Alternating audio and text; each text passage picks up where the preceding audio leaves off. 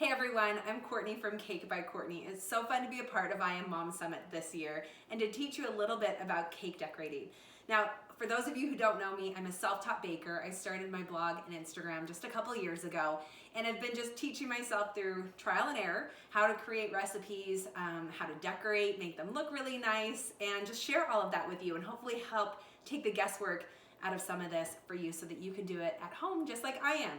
So today we're going to be doing my oatmeal chocolate chip cookie cake. Brand new recipe I created because I love a good oatmeal chocolate chip cookie, and I have not seen that really in a cake. And you know me, I love to take fun flavors from other desserts, other treats, and turn them into a cake. So we're making a cookie cake. This one is delicious. But before we get to the cake and I start to stack and decorate, let me show you a couple of the tools I recommend to have for cake decorating. So the first one, a turntable. This one is a cast iron turntable. So it's two pieces. It's nice and heavy base. And it spins really nicely because it is the metal. There's nothing connected in there. So a turntable, this is a little bit of a plastic grip that will hold on to my cake boards. And I used two different cake boards. I have one that's larger. This is a 10-inch. And then I also tape an 8-inch board on top of that. The 8-inch board will always stay underneath my cake to just support it. But then this 10-inch board allows me to move the cake in and out of the freezer, which I'll be showing you later. We do that during the crumb coat, and then also when we put a third cake board on top to create a nice flat surface up top, straight sides, and I'll be showing you that. So cake boards, the turntable, and then a few decorating tools. This is an offset icing spatula. I have a couple different sizes, but I don't like anything larger than this one, and that's about a 6-inch icing spatula. Offset, this is what I use in the center of the cake and then also on the top. For the sides, I love a straight icing spatula. That one's also about 6 inches. And then this is a cake scraper. This is from Mateco. You need to have one of these. This is what you get the really smooth sides with, and I'll be showing you how to use that, the right angle to hold it at. So I would say those are like the top items you need. The turntable, some cake boards, cake scraper, and then some icing spatulas. Now, a couple other items that I love to have in the kitchen but totally aren't necessary. One is a cake leveler. So this has numbers on the side, and you line them up, and then you're able to just go right across the top of your cake if it's a little bit uneven or if there's a dome. Just go right across the top, trim it off, save those scraps, eat them, put them in a little cake jar. And then this is a cake lifter. Use this to slide it under the 8-inch cake board or the 6-inch cake board to separate it from the larger one, and that's how you would move it to your pretty cake plate. And then finally, a kitchen scale. I weigh out all my cake batter in the individual pans using a kitchen scale so it's nice and even when you're cutting into the cake. And also you can measure your ingredients on here. So that's just another tool I suggest having, but not necessary. And a couple more things before we start decorating. Just a few tips I want to give you for your actual baking process. So the first one, to make sure your cakes aren't going to sink, there's a few things you need to check. One is the expiration date of your leavening agents, like your baking powder and your baking soda. I give mine 6 months if I haven't used them up. 6 months max, because they'll expire and they're not their freshest and you won't get the beautiful rise that you need to get from your cake. So I write the date on the outside of the container when I bring it home from the store. And then 6 months after I bought it, even if I haven't opened it, I recommend getting a new baking powder, baking soda, your flour, because you want those at their freshest. The other thing to check is the temperature of your oven. Now I know it'll say what it is on the outside of your oven, but get an oven thermometer and put it on the inside, right in the middle of your oven, and check the temperature to make sure the internal temperature is actually what it's reading on the outside. Just a few degrees difference can make a difference in how your cake is going to rise and how it bakes. So make sure the oven is at the right temperature, have the ingredients nice and fresh, and then the other thing, don't over mix your batter. I grew up on cake mixes from the store, and those ones always tell you to like mix the batter once you have the vegetable oil and the eggs in for, I don't know, 2 minutes on high. That is way too much. Do not do that with a cake from scratch. Once you add your dry ingredients to the wet ingredients, just mix it on low until things are incorporated. Scrape down the sides of the bowl, mix again on low for about 20 seconds, and you're good to go. If you overmix your batter, even with cookies and with brownies, it's gonna fall flat, it's gonna sink. So just short amount of mixing time with those dry ingredients, and once you get the wet ingredients. A couple other things I suggest: having your wet ingredients like your buttermilk, milk, eggs at room temperature. When butter's at room temperature, for me, that means I only take it out about 30 minutes before I'm gonna use it, and it's still cold to the touch and not too soft, especially important when we do our frosting. But room temperature ingredients, that just helps so all those wet ingredients and the fats and the liquids blend better together, and then they coat the dry ingredients better and more evenly, helping your cake to rise more evenly in the oven. Okay, write all that down, you get it? Now let's get hands-on with the cake. We'll get some close-ups so you can see exactly what I'm doing, but now it's time for the fun. Okay, so I've got my cake boards taped together, 8-inch on top of a 10-inch, and I'm gonna take a little bit of icing and just put it at the bottom of the board. Really smooth, not a lot, but that just holds my cake layer in place as I start to decorate. These cake layers I actually made yesterday, and when they were all cool, I trimmed the tops and I wrapped them in plastic wrap and I froze them overnight. That keeps them nice and fresh, and you could store them for a while that way.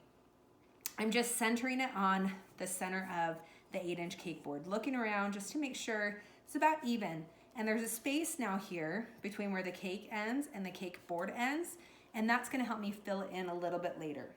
So the frosting on this cake is a chocolate chip cinnamon frosting, and I'm gonna take about a cup of frosting and put it in the center of my cake.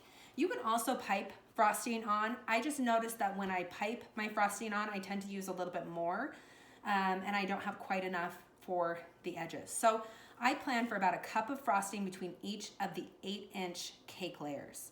If you're doing a 6-inch cake layer, you only need about a half cup to 3/4 cup of frosting between each cake layer. Now, as I spin my board around, I'm pushing the frosting out over the cake layers. This helps so that the frosting doesn't drag in the crumbs. And I'm actually just pushing the frosting over the crumbs. And as I add frosting to each layer, I want to get eye level with the cake to make sure it's nice and flat. When you're looking at it bird's eye view, it tends to always look nice and even. If you get eye level with it, you can really tell where it needs some smoothing out and leveling. All right, here's layer number 2. I'm putting that crumb side up, so anywhere that I trimmed off a little bit, I want that up top right now, and I'm gonna cover that with more of this chocolate chip frosting. Dollop it right in the center, and then I'm gonna push that frosting out over the crumbs. You want your frosting at a consistency that you never have to push too hard with your icing spatulas or your cake scraper, because if you push too hard against the frosting, especially when we go around the edges, it's gonna pull some of the cake away, and we don't want that. So let's check eye level. Looks great.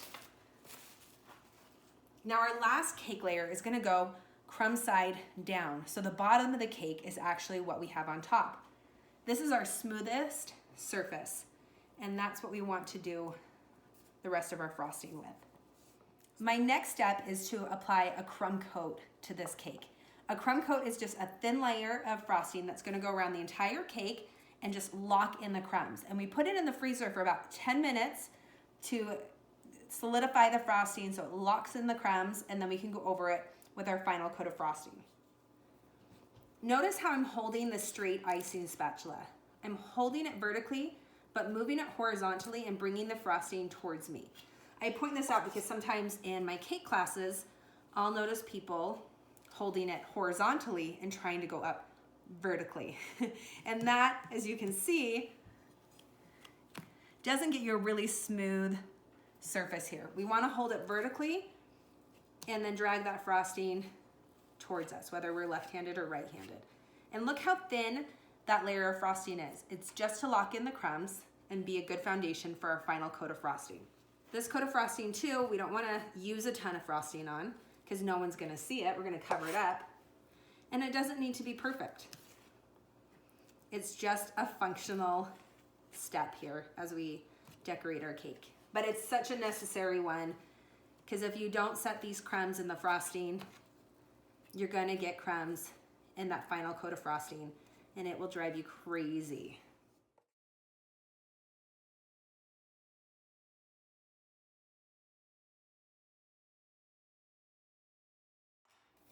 After the crumb coat is on, I'm just gonna do one scrape with my cake scraper. Now I hold it and I try to have nice pressure from the bottom of my fingers to the top, so it's nice and even. And on this layer, I'm just going to rest the cake scraper on the 8-inch cake board because there's some room there and I want it to be nice and close to the cake. Then also look how close my scraper is to the cake. I want it hugging the cake as I bring the scraper around the entire way. So I start across from my body and I try to go in one motion, holding the cake scraper in place and doing most of the motion with my left hand. And then I'll just kind of drag it and bring it up. But look how much frosting I ended up taking off. You don't need that. And then I'll just drag in any frosting that might have popped up, but the top is pretty clean right now. But I'm holding this cake spatula, icing spatula, just nice and parallel to the cake and dragging in the frosting. Okay, so that's a crumb coat. I'm gonna put in my freezer for 10 minutes, let this set, and then I can finish my final coat of frosting. While my cake is sitting in the freezer for just a couple more minutes to set that crumb coat, let me give you a couple tips for your frosting. The first is you want room temperature butter, but room temperature butter is actually colder than what you probably think it is. I take my butter out of the refrigerator about a half an hour before I'm ready to use it in my frosting. It's still cold to the touch, and I can just barely put a fingerprint into the side of the butter. I don't want it too soft or too warm because then it makes my frosting too soft, and that actually won't hold as well onto your cake and ends up just kind of dripping and falling off. So room temperature butter is actually still cold butter. To soften it, that's when we put it in the mixer and we beat it for a couple minutes just on medium high. It will soften the butter without warming up the butter. Then we're ready to add in our powdered sugar. Tip number 2, your powdered sugar needs to be sifted. This is an American buttercream to get out any clumps and to make it look almost as smooth as a Swiss meringue buttercream. You want to sift your powdered sugar. So take the time to do that, gradually add it into your butter, and then tip number 3, use heavy whipping cream. Just a few tablespoons is all you need, but add that in. And then tip number 4, mix your frosting on medium high for about 5 to 7 minutes with that heavy whipping cream in there, and it's gonna lighten the texture, it's gonna lighten the color. It's just all around such a better frosting with a little bit of heavy whipping cream and taking the time to mix it a little bit longer. Tip number 5, last one with your frosting. After you've mixed it with your electric mixer, get a wooden spoon and mix it by hand to push out the air pockets that have been created by the electric mixer. And this will get you a really smooth looking buttercream if you take the time to mix it by hand as well, and then it'll go on your cake a lot smoother and look a lot nicer. So let me grab the cake out of the freezer and let's finish this guy. Okay, so my cake has been in the freezer for about 10 minutes and it is nice and chilled. The frosting's not coming off on my hands. So we've set our crumb coat and now we're ready to do the sides of our cake. To start with that, we're gonna put another cake board right on top. You could also use acrylic discs that are made for this, but cake boards are usually really easy to find at craft stores. And then I'm gonna get eye level with it so I can just line it up using my cake scraper to make sure I have about the same amount of space going around the cake and the edges of the cake board.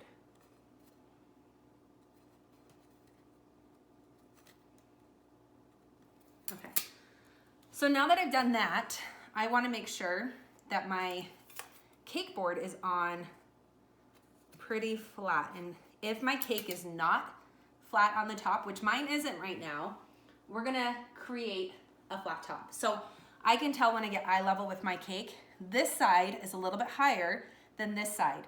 So what we're gonna do is I'm gonna push my hand a little bit more on this side to pop up the cake board and even it out. So now I'm looking nice and level, and I'm gonna take my straight icing spatula and my frosting and start to fill in the sides. And I'm gonna kind of push up under the cake board so that it's supported over here where I need to create some height. I actually have chocolate chips in my frosting. Okay, so now it's getting set up to look a little bit more even. And I'm just carefully and gently spreading more of the frosting all the way around the top of the cake so that the cake board up here is kind of glued into place and won't slide around so much.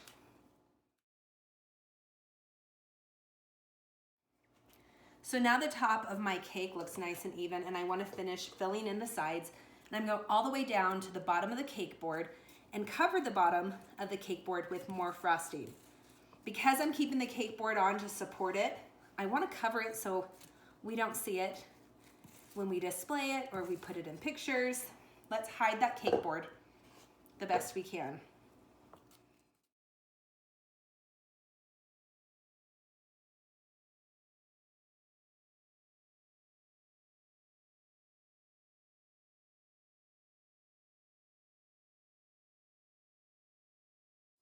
Now that I've got a good first coat of frosting around the entire cake, I want to take my cake scraper and try to even it out and find out where I need to put more frosting.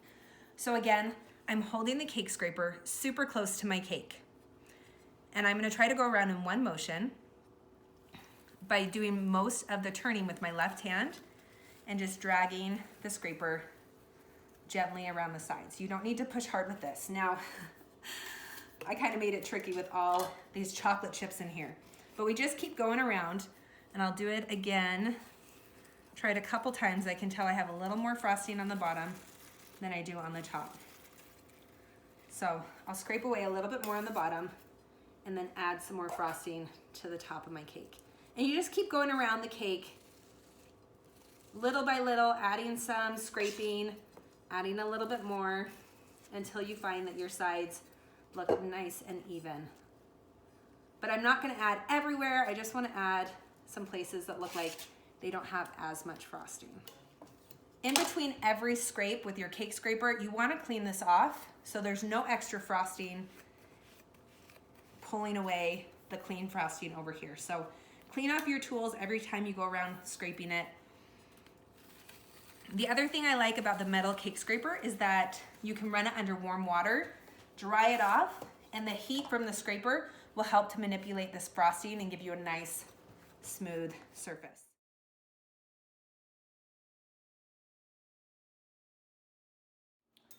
So my cake has been in the freezer for about 20 minutes, and you can tell the frosting is nice and set. So I'm gonna take just a small knife, and I like to find kind of an edge where you can kind of see where your cake board is gonna be. Run the knife underneath the board and basically cut it off.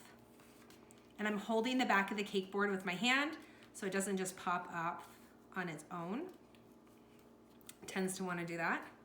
I am making it a little bit trickier because I added chocolate chips to my frosting. But it's gonna look cute even if it's a little tricky. But then it cuts it off, and I'm going to just kind of clean up little frosting crumbs or chocolate chips that are kind of in my way. I have this little area that kind of broke apart. We can now fix all of that by adding frosting on the top. And I just want to get eye level, but because my frosting is nice and chilled, I can just kind of clean it up with my fingers. So I'll spread this frosting out all the way to the edge of the cake and blend it in with the line of the edge of the frosting. And it's okay if I go over just a little bit. I can show you how to blend that in. But now any area that I had to kind of create a level surface with and fill in, I'm filling in those empty spots on top with the frosting.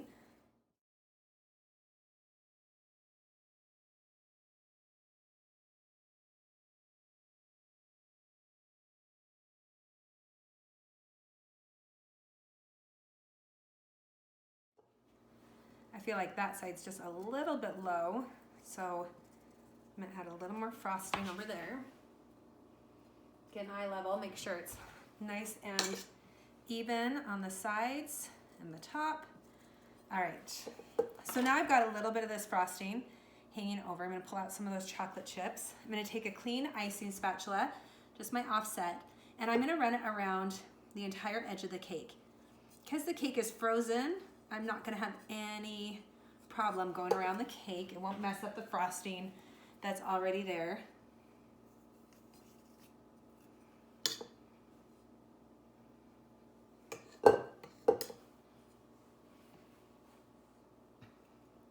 But now it's gonna blend in the side of the frosting with any frosting that came over the edge of the top.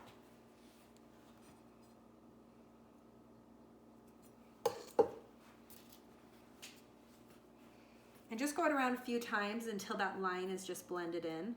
Now we'll take the offset spatula again, and just to clean up these edges and keep that nice crisp, sharp edge, hold the icing spatula nice and parallel to the cake and just drag it into the center and wipe away the frosting every time.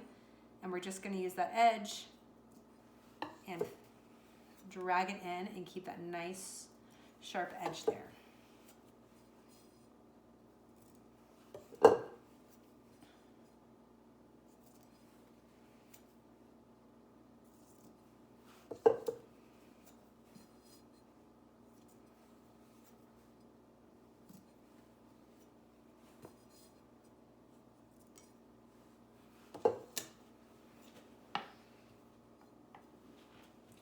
Then you can just touch up where needed. This side needs a little bit more.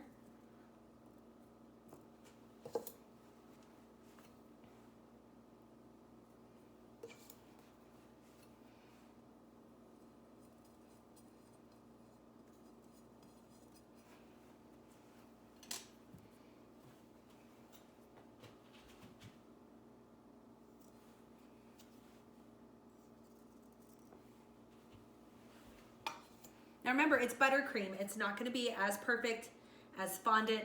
That's okay, we gotta live with a few imperfections.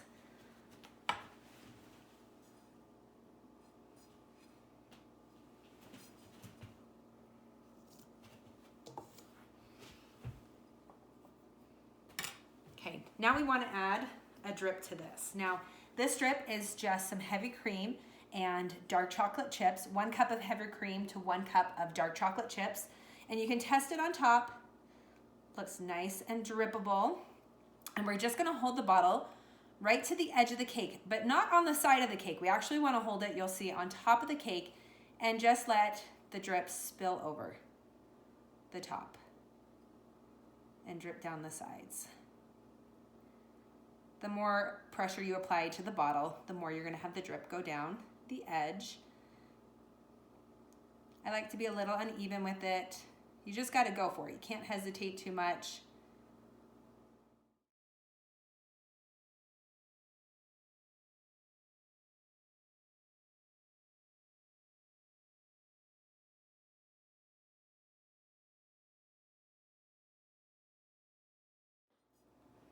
And because the cake is chilled, it actually stops the drip from going all the way down. We're gonna add some more on the top to just fill it in and blend in with the edge of the drip. This is still warm, but it's not hot, but even the warmth of it is not gonna melt our cake because it's been frozen and the frosting is nice and cold. But now because this drip is still warm, we don't wanna add any more frosting on top if you're gonna do any kind of piping until this is set. So you can stick it back in the freezer for a minute. But with the drip, you don't wanna go over a second time because you'll see the line going over because this has already started to set. So I'm gonna put this in the fridge or the freezer for a couple minutes, set the drip. Okay, last thing I'm gonna do is just sprinkle some chocolate chips around the edge of the cake on top. Just to add a little something extra. You could do some piping on top. This has already got a good amount of frosting, so I don't know that you really need more unless you just want the look of it. All right, here you have it, the final product. You guys, this was so fun to do with you today. Thank you for watching. I hope you got all the tips that you needed to feel confident enough to do this at home on your own. And if you have any questions that come up, email me, hello@cakebycourtney.com. I'm here for you, I wanna help, and I hope you enjoy this as much as I do, and the cakes and the flavors and just the hobby itself. It's so much fun to be in the kitchen and to create something like this that you can share with others. So I hope you love it as much as I do. Thank you so much for watching. Bye.